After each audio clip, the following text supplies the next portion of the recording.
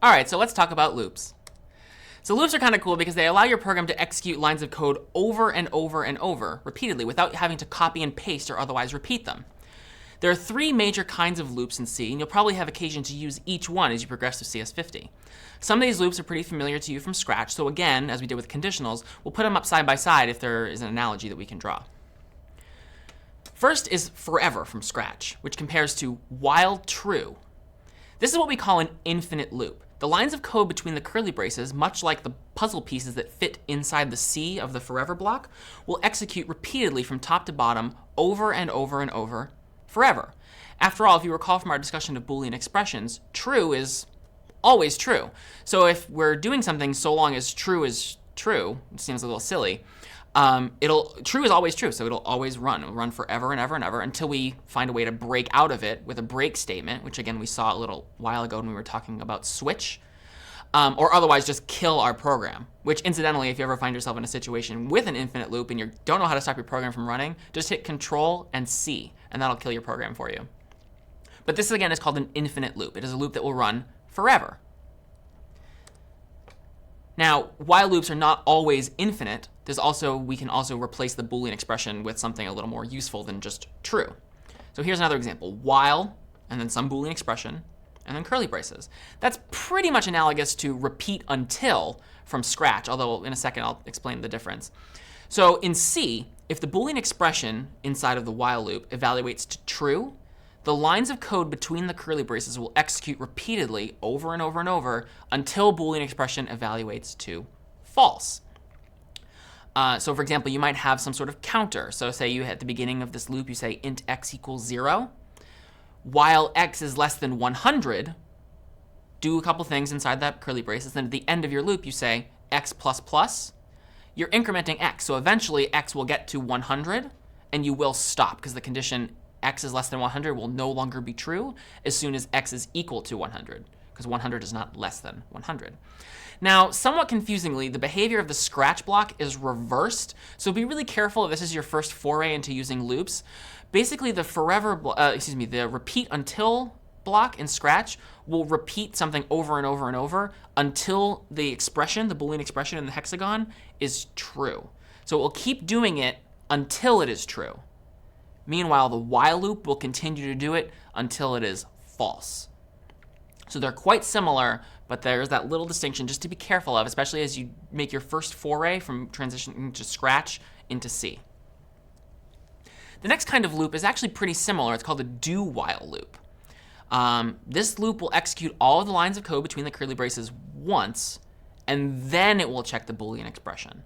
If the Boolean expression evaluates to true, it'll go back, and it'll repeat that process over and over and over until the Boolean expression evaluates to false. So this loop, unlike a while loop, is guaranteed to run at least one time. This can be pretty useful. Lastly, we have a for loop. For loops are kind of syntactically unattractive, and there's a lot going on here, so bear with me as we try and break these pieces apart. Generally, the use case of a for loop is you want to repeat something a specific number of times. In this example here, I have the repeat block from Scratch, which is analogous to the for loop in C, repeating something 10 times. And the for loop on the left there, which is a for loop that would do the same thing. This would go 10 times. We're counting from 0. We increment I each pass through the loop, and we keep doing that until I is less than 10.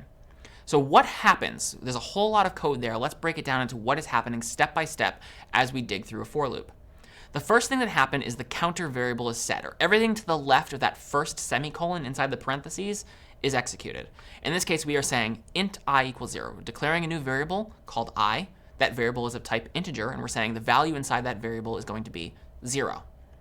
The second thing we do is we then immediately evaluate the Boolean expression.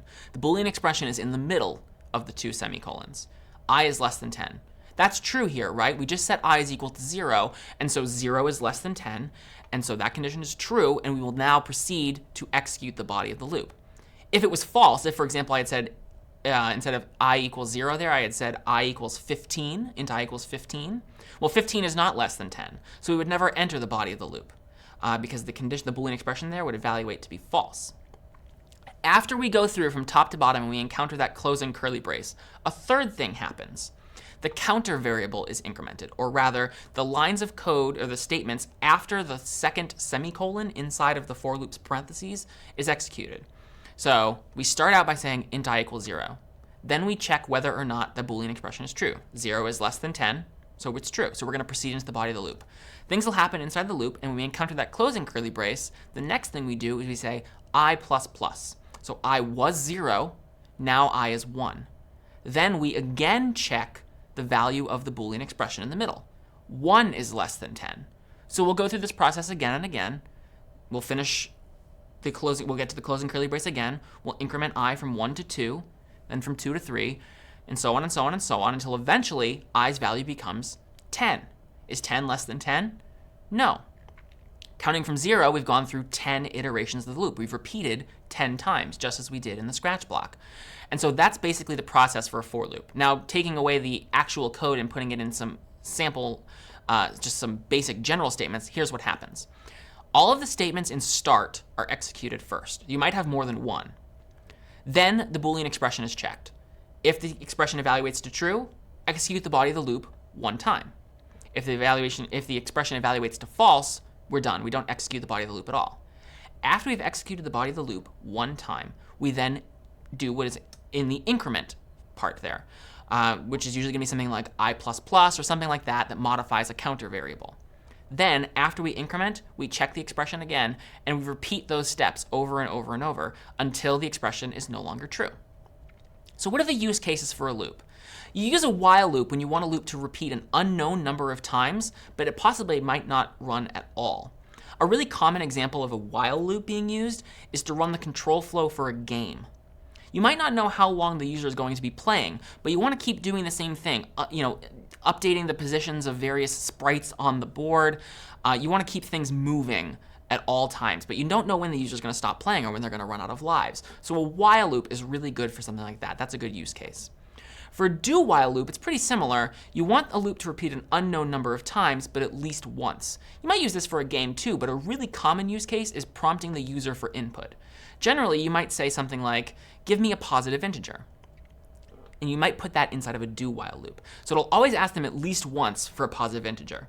If they give you a positive integer, you might break out of the loop. You might be done. The Boolean expression in the do while might be false, and you won't ask them again.